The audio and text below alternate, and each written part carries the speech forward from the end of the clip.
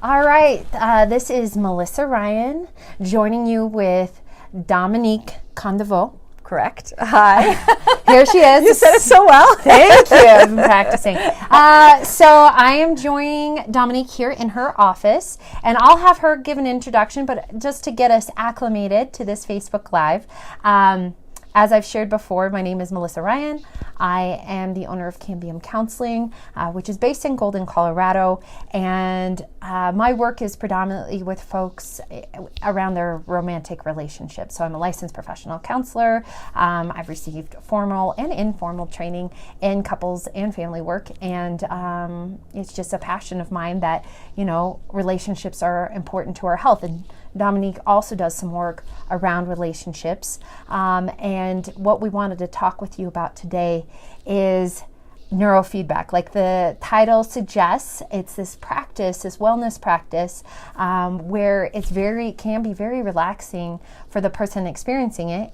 I myself had my own experience earlier today, which we can talk about. But first, I'd like to introduce Dominique and have her share a little bit more about her practice, how she's using this as an adjunct to her practice. So thank you. I'm so excited that you're here. So thanks for coming to my office. Thanks, Dominique. My name is Dominique Condevaux. I'm a licensed addiction and licensed professional counselor. I have a private practice here in Aurora, Colorado. I do telehealth, work on the telehealth platform, and I also go ahead and visit people in their homes. I specialize in working with trauma and grief, life transitions, neurocognitive disorders, primarily traumatic brain injuries. So that is something that I'm absolutely passionate. Also, I work with addictions and how this is part of the human condition. Anything from substance use, so may it be prescription drugs or prescription drugs that weren't really prescribed to you, drugs and alcohol, and social media is a new one that's really coming up, video games, and that constant drive to go ahead and scroll through. So in a nutshell, that's what I do. I have two adjuncts to my therapy practice, which is auricular acupuncture. We're not going to be discussing that today, but the one that I'm so excited is NeuroOptimal neurofeedback. And so that's what we're going to go ahead and speak about today. Neat. And so, for a lot of folks, they might not even know what neurofeedback is. So could you break it down to kind of what it looks like? That I had shared with you, I've had some clients that have received neurofeedback. Right. I know some treatment centers, drug and alcohol treatment centers, are incorporating it in part of their treatment. Yes. But there are different kind of levels and approaches. So share about NeuroOptimal and what that spectrum looks like. So, thank you. I will. So, the idea of neurofeedback is to come in and calm the central nervous system, so we can calm that down and then really get in there and work on those tough things that you're coming to work on. So, trauma, addiction, relationships. So the spectrum on this, the system that I use is NeuroOptimal neurofeedback system, and I can just reach back here and get this super cool, show you that this is the system on there that I don't know if the glare shows. Yeah, the glare, it's too much of the glare. Yeah. Now, truly what it is that this is a non-invasive, non-medicinal, basically reads your brain waves. It's brain training right here. And I have two sets of sensors right here. And what we do is with non-conductive paste, so it's water-soluble paste, we go ahead and we clip to your ears, and then we also have little sensors. Now these sensors, again, non-medicinal, non-invasive, so it reads out. Okay, all it's doing is it's reading your what's already being produced. Absolutely, your brain waves, and then it will go ahead and connect into this super cool little machine right here.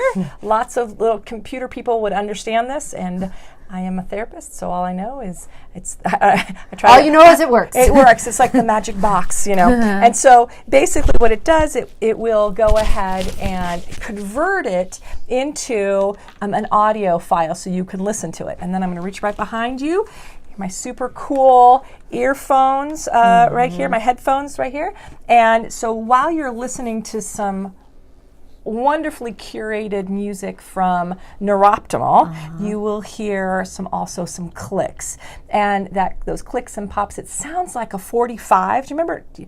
Are you old enough to remember like a 45 record? Okay. Yes. I have a cousin that's really into the records. And I see Blake Rubel is joining us. Hey, Blake, how's it going? I think that's how you pronounce his last name. Great. Yeah. Thanks, Blake. And thanks for the thumbs up. There you go. Yeah, like we get so excited. Yay!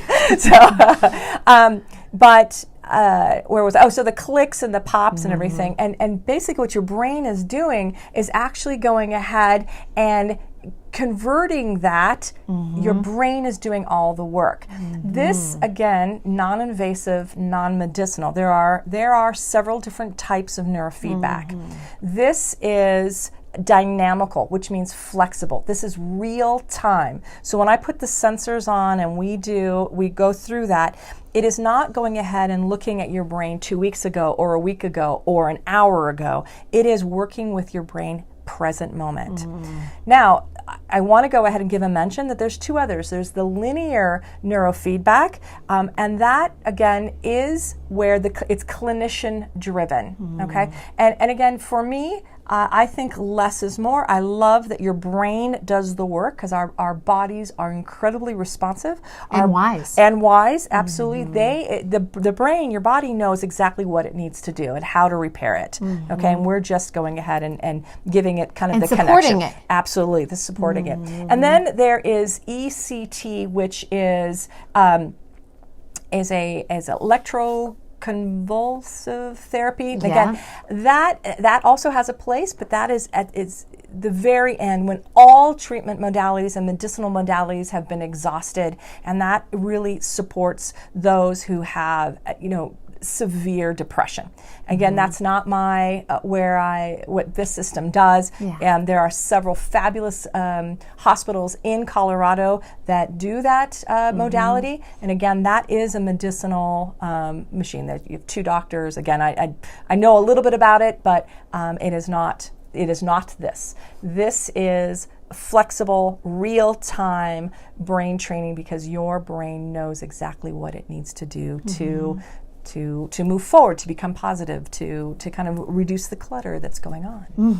So another, when I spoke with Susan, who's another practitioner, I can't pronounce her last name. Susan Tanzau. Yes. So she is a NeuroOptimal representative, NeuroOptimal neurofeedback representative, and she is a wonderful mentor, educator, teacher, support. And knows a lot about neurofeedback and the brain. And one of the things she shared with me is this system is really like it's like a mirror to what's it's showing the brain what it is doing. And as we know, once you have awareness, right, choice enters the picture, right? Correct. Like, you now have options. Correct. Now, I want to make sure that people realize and recognize that when we talk about the mirror, and I'm sure did she talk about the spinach in the teeth? Yes. Yeah, okay, the spinach in the teeth. So once you see that, then you can go ahead and clean that off. This system is not the clinician is not asking you to perform. So you do not have to turn the screen on or off. You do not have to go ahead and make a little car move. This is very where it's passive. A lot of people, the people that I work with, actually fall asleep. They say, this is like 33 minutes of peace and quiet and I don't have to do anything. Like you're asking me nothing. I am asking you nothing. Your brain is actually doing all that work. So yes, it is like a mirror. How I really like to think of it is our brain is like a super highway. We have traffic in Colorado. It's not the great wild west. It might have once been, yes. But not now. We actually have traffic jams and traffic and everything. And accidents. And so if we think of our brain as this super highway, and then it gets cluttered with maybe there is an accident accident, so we have a traumatic brain injury going on. Maybe there's distorted thoughts, ruminating thoughts, anxiety thoughts that are coming in, depression that brings us back and that we're always going back to that.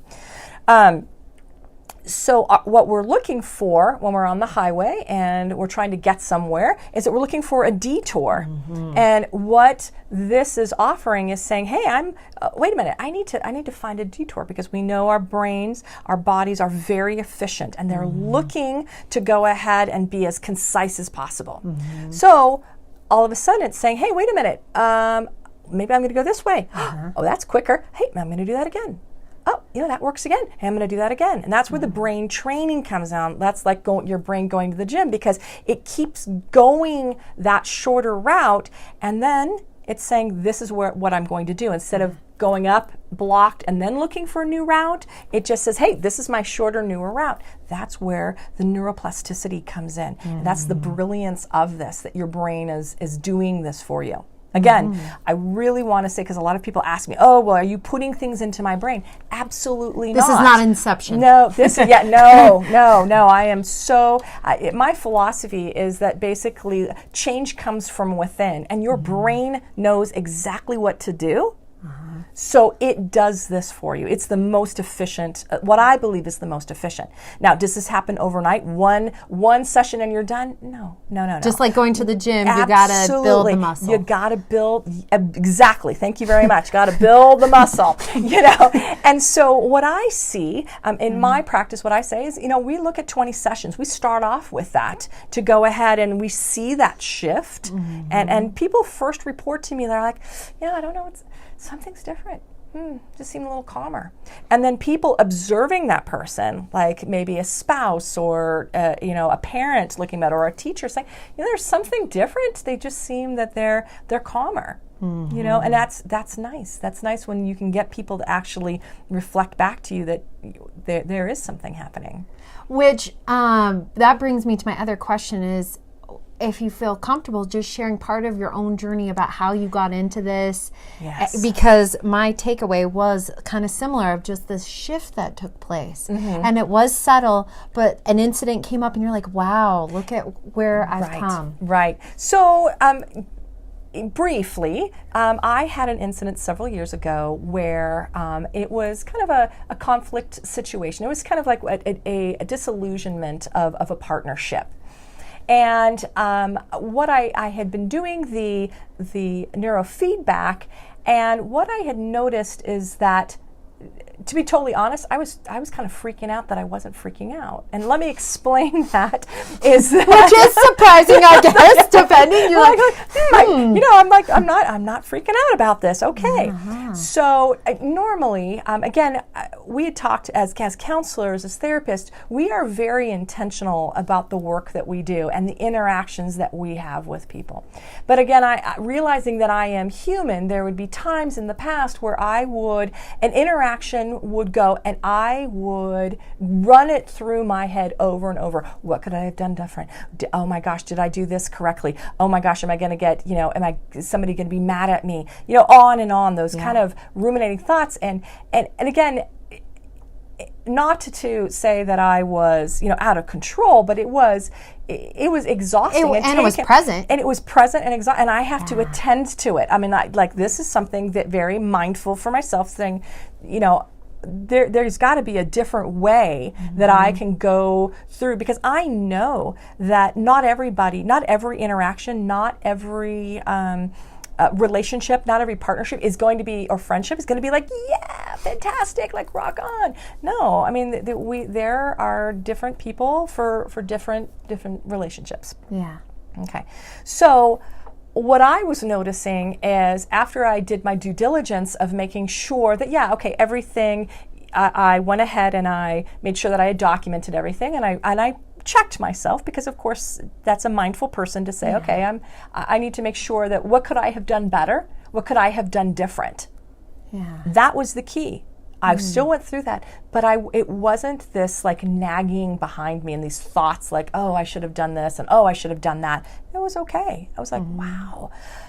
wow. And then I was reflecting back to Susan, who is a mentor and a trainer who trained me. And I was reflecting back to another clinician. I said, I think there's something changing here, because I'm freaking out because I'm not freaking out. I'm freaking out because I'm really calm about this, and this is okay. And I was able to go ahead very quickly and say, you know what, two good people, just not this relationship is not a good relationship, and that's okay. So that's... And so your brain saw it as it was, but it didn't overshoot the situation, right? Like, absolutely. Our brain has a tendency to, because it's trying to protect us, to take information and then kind of exaggerate it so that we don't repeat that situation. And what your brain saw it like more clearly of like your response to it and the situation, those were in alignment, right? You didn't have a stronger response than what was needed. Right, and or I didn't have a lesser response that was needed. That's just right where it needed. Exactly where it needed to be. And then as soon as that started happening, then I was noticing some other things. I was noticing that in my life I was a little bit calmer. Again, whether it's that internal and the I don't want to say it's nervousness, but it was just kind of that anticipatory, whatever. What is that word? Anticipatory? Yes. Thank you very much. It is a fun word. I would say. It's very wordy. They're very but that kind of that calmed down. So it opened up space where I could go ahead. My creativity came out, and I had more. I don't want to say joy, but more enthusiasm. Like, I am looking forward to some of these cerebral activities that really. Sometimes I would be like, I know I've got to do it, but I really don't want to do it. It's like writing. Like that's a big one for me, is writing and kind of putting that in context and go, that creativity is coming back where I'm actually enjoying it more. Because your brain is operating more optimally, right? Absolutely. So that frees up space and energy, which is pretty darn cool. Yeah, absolutely. And so I noticed we're getting close to time. And that was a really awesome story to share because it puts into personal context. I know one of the important things for you was just... I think like many practitioners, including myself, I like to know what a process is like and really get a sense for it and see benefits for myself before I'm ever going to recommend it. Absolutely. And that's with any type of therapeutic process that's coming into my office. Now, again, this is an adjunct, and this is a wellness product, so I really want to make sure that everybody's understanding that this is not a modality, it's not a therapy, it's not a curing, it doesn't, we don't diagnose off of this at all. This is truly a wellness product to kind of calm that central nervous system down so we can get in and really do some of the hard work that people are choosing to come into to therapy and counseling for. So one thing I really appreciate about what you're doing with these Cambium Conversations is really helping us break the stigma of either going into therapy, talking to people and saying, hey, this is it. Because once we open that up, we can get in there and really start talking and go, oh, okay.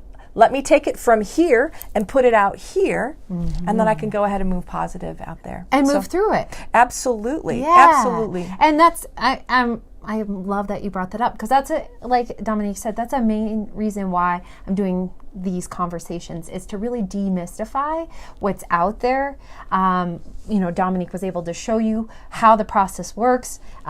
She has folks sit in the chair that I'm sitting in. In fact, I did some neurofeedback maybe 40 minutes ago. It's 33 minutes and she's so relaxed. This is awesome. It feels really good. So, I think the metaphor that you guys have used is it's mindfulness on steroids. It's this really relaxed, if you've experienced, a really deep yoga session, or it also reminds me a lot of Reiki or acupuncture. Like really your body, it doesn't necessarily, sometimes it might feel fatigued, which sometimes people experience, but sometimes if you do really deep mindfulness or deep meditation, you actually feel more alert. Absolutely. Right? You can take in information. And that's what I have experienced as well. So it's just a nice example of taking care of yourself and helping your body and brain heal itself, or Yes, I hear that. You can say that. But, and I love that it is mindfulness. And Basil van der Kolk said mindfulness on steroids, and that really stuck with me. Is that truly I have people come in and say, Dom, I have 33 minutes of peace. All you're asking me to do is sit back and let my brain do the work for myself. I'm like, yes, absolutely. Exactly. So, what a treat. Yes, right? What a so treat. It's really facilitating this opportunity of wellness for the brain and the body. Yes. And letting the wisdom of the brain and the body kind of take off from there. Yes, absolutely. Well, absolutely. Cool. Well, thank you, Dominique, for joining me in your office. Thank you so much for coming. I'm so excited that you're here. And if anybody wants to go ahead and try the NeuroOptimal, I offer that to you. Just give Melissa a call and say, hey, Melissa, I really love what you were saying with Dominique. Me, Dominique. And we'll include your website as well, so they can reach either way. Absolutely. And because I definitely want to go ahead and promote. Thank you again for what you do for us counselors. This is really exciting to go ahead and break that stigma of talking about mental health and substance use, and also showing people all these other wonderful avenues of connection. And again, it's what is that, the bottom of Maslow's hierarchy is not only food, water, shelter, belonging. Yeah. And so this is I thank Melissa for all that you do. Well, thanks, Dominique. I enjoyed this conversation. It was lovely. Well, thank you. All right, take care, everyone. Bye-bye. We're still here. Okay.